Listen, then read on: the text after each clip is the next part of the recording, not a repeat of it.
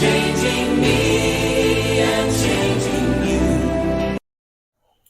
ప్రభువును ప్రిరక్షకుడైన యేసుక్రీస్తు నామములో మీ అందరికీ శుభాభివందనాలు తెలియజేస్తున్నాను. ఎదినము దేవుని వాక్య ధ్యాన నిమిత్తమై కీర్తన గ్రంథము 119వ కీర్తన 105వ వచనాన్ని మనం ధ్యానించుకుందాం ప్రియులారా. సాధారణంగా మనకందరికీ తెలుసు, కీర్తన గ్రంథం 119వ కీర్తన పెద్ద అధ్యాయం అని మనకందరికీ తెలుసు. బైబిల్ గ్రంథంలో ఉన్న అధ్యాయాలన్నింటిలో కంటే కూడా 119వ కీర్తన అతిపెద్ద అధ్యాయంగా మనం గమనిస్తూ ఉన్నాం ప్రియులారా.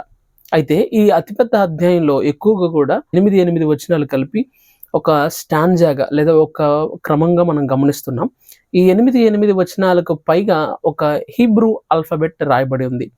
హీబ్రూలో ఏబిసిడీలు ఎలా ఉంటాయి అంటే ఇంగ్లీష్లో ఏబిసిడీలు ఎలా ఉంటాయో, గ్రీక్లో ఆల్ఫా బీటా గామా డెల్టా ఎలా ఉంటాయో, హీబ్రూలో కూడా అలఫ్ బేత్ అనే పదాలను గమనిస్తూ ఆఖరికి టౌ అనే మాటతో ఎండ్ అవుతున్నట్లుగా మనం గమనిస్తున్నాం హీబ్రూ ఆల్ఫాబెట్స్. లేదా థియాలజీ చదువుకున్న ప్రతి ఒక్కరికి కూడా హీబ్రూ ఆల్ఫాబెట్స్ గురించి, గ్రీక్ ఆల్ఫాబెట్స్ గురించి ఎందుకు తెలుస్తూ ఉంటుంది. ఎందుకంటే సాధారణంగా థియాలజికల్ ఎడ్యుకేషన్లో గ్రీక్ అండ్ హీబ్రూ కూడా లాంగ్వేజెస్ అనేది మస్ట్ అండ్ షుడ్. ఆ లాంగ్వేజెస్ని బట్టి బైబిల్ గ్రంథంలో ఉన్న భాషను అంటే ఒరిజినల్గా రాయబడిన భాషను వారు నేర్చుకోవడానికి అవకాశంగా ఉంటుంది. అయితే ఈ 105వ వచనంలో నీ వాక్యము నా పాదములకు దీపము, నా త్రోవకు వెలుగునై ఉన్నది అనే మాటను మనం గమనిస్తున్నాం ప్రియులారా. సాధారణంగా కీర్తనలు హీబ్రూలో టెఫ్లిన్ లేదా తెహ్లిం అని అంటారు. టెఫ్లిన్ లేదా టెఫ్లాట్ అనే పదంతో గమనిస్తూ ఉంటున్నాం. టెఫ్లిన్ లేదా టెఫ్లాట్ అనే అర్థం ఏంటంటే ప్రార్థన లేదా పాట. ప్రార్థన లేదా పాట, ఇది ఈ రెండు కూడా కీర్తనలో ఎక్కువ శాతం కూడా కొన్నేమో ప్రార్థనలు ఉంటాయి, కొన్నేమో పాటలు ఉంటాయి. అండ్ ఉదాహరణకు పలానా రాగం మీద రాయబడింది అనే విషయాన్ని అనేక కీర్తనల అధ్యాయం లేదా కీర్తన ప్రారంభంలో మనం గమనిస్తూ ఉంటున్నాం ప్రియులారా. పలానా రాగం మీద పాడదగింది అనే లేదా యాత్రా కీర్తన అని, ఈ విధంగా కొన్ని ప్రార్థన కీర్తనలను, కొన్ని పాట కీర్తనలను మనం గమనిస్తున్నాం.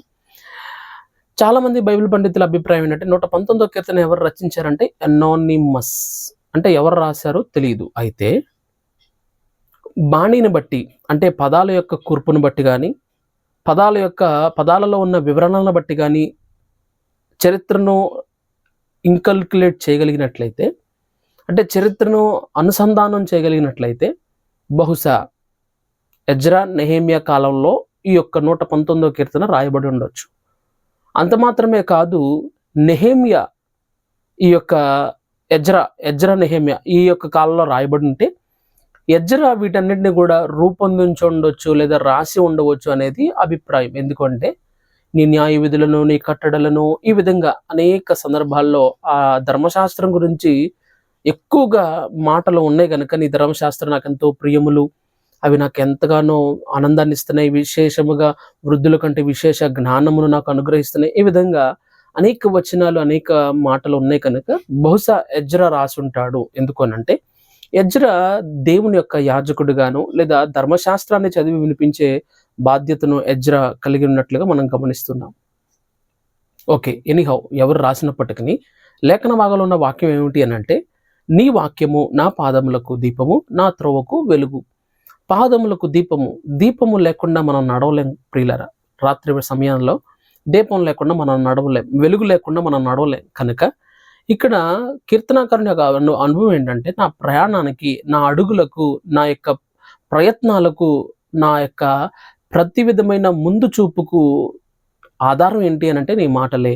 నీ వాక్యము నా పాదములకు దీపము, నేను వెళ్ళే త్రోవకు వెలుగుగా నీ మాటలే ఉంటాయి. నీ వాక్యమును నేను ముందుగా ఉంచుకొని నేను ముందుకు వెళతాను అనే అర్థాన్ని ఇచ్చుచున్నట్లుగా గమనిస్తూ ఉంటున్నాం.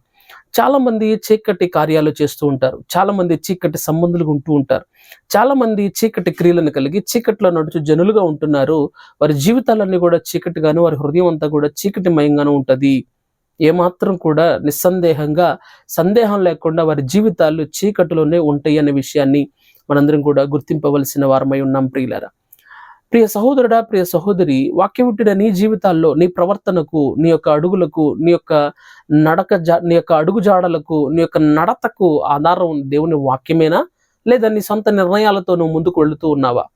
ఏది నీకు వెలుగునిస్తుంది, ఏది నీకు అడుగు వేయాలనే ప్రయత్నం చేస్తుంది, ఎక్కడ నువ్వు నడుస్తున్నావు, నీ నడక ఎక్కడుందో ఇది నువ్వు పరిశీలన చేయవలసిన వారమై ఉన్నాం ప్రియులారా. నీ త్రోవకు వెలుగుగా ఉండాల్సింది దేవుని మాటే కానీ చీకటి సంబంధమైన కార్యాల్లో, చీకటి పనులలో, చీకటి సంబంధమైన త్రోవలలో ఆ వీధుల వెంట నువ్వు నడుస్తూ ఆ వీధులను నువ్వు ఆశ్రయిస్తున్నట్లయితే చాలా జాగ్రత్త. నువ్వు దేవుని ఉగ్రతకు అతి సమీపంగా ఉన్నావన్న విషయాన్ని మర్చిపోకూడదు ప్రియులారా. దేవుని వాక్యమే మన జీవితాలకు ఆధారం. దేవుని వాక్యము అనేక క్రియలు జరిగిస్తుందని ఇదే 119వ కీర్తనలో గమనిస్తున్నాం. యవనులు దేని చేత తమ నడతను శుద్ధిపరచుకుందరు, నీ వాక్యమును జాగ్రత్తగా చూచుకున్నట్టు చేతనే కదా అని లేఖనం సెలవిచ్చుండగా, నీ అడుగును ఇరుగు పడకూడదంటే, నీ అడుగులు తప్పిపోకూడదంటే, నీ అడుగు జాడలు జారకుండా ఉండాలి అని అంటే దేవుని వాక్యమని వెలుగునకు నువ్వు రా. నీ అడుగు ఇరుకపడదు. నువ్వు తప్పుడు అడుగు వేయవు. నీ కాలు జారే స్థలాల్లో నువ్వు ఉండవు. ఎప్పుడు అనంటే దేవుని వాక్యాన్ని వెలుగుగా త్రోవకు చేసుకున్నప్పుడు మాత్రమే. ప్రార్థన. పరిశుద్ధాత్మదేవ నీకు వందనాలు. మా ప్రియులు ఎందరు ఈ మాటలు ఆలకిస్తూ చీకటి సంబంధమైన కార్యాల్లో, చీకటి పనులలో, చీకటి త్రోవలలో ఎందరూ ఉంటున్నారు, అటు వారందరినీ విడిపించి వెలుగు మార్గాల్లో వెలుగు సంబంధులుగా వెళ్ళే వారిని ఉంచి మనం అడుగుతున్నాను తండ్రి. త్రోవకు నీ వాక్యము వారికి వెలుగుగా ఉంచి వారి అడుగులు ప్రభా జారిపోకుండా, వారి అడుగులు తప్పటడుగులు వేయకుండా ప్రభా దేవుడైన నీ మాటల చొప్పున వారు నడుచుకున్నట్లుగా నీ కృపను దయచేయమని యేసుక్రీస్తు నామమున అడిగి వేడుకుంటున్నాను తండ్రి. ఆమేన్.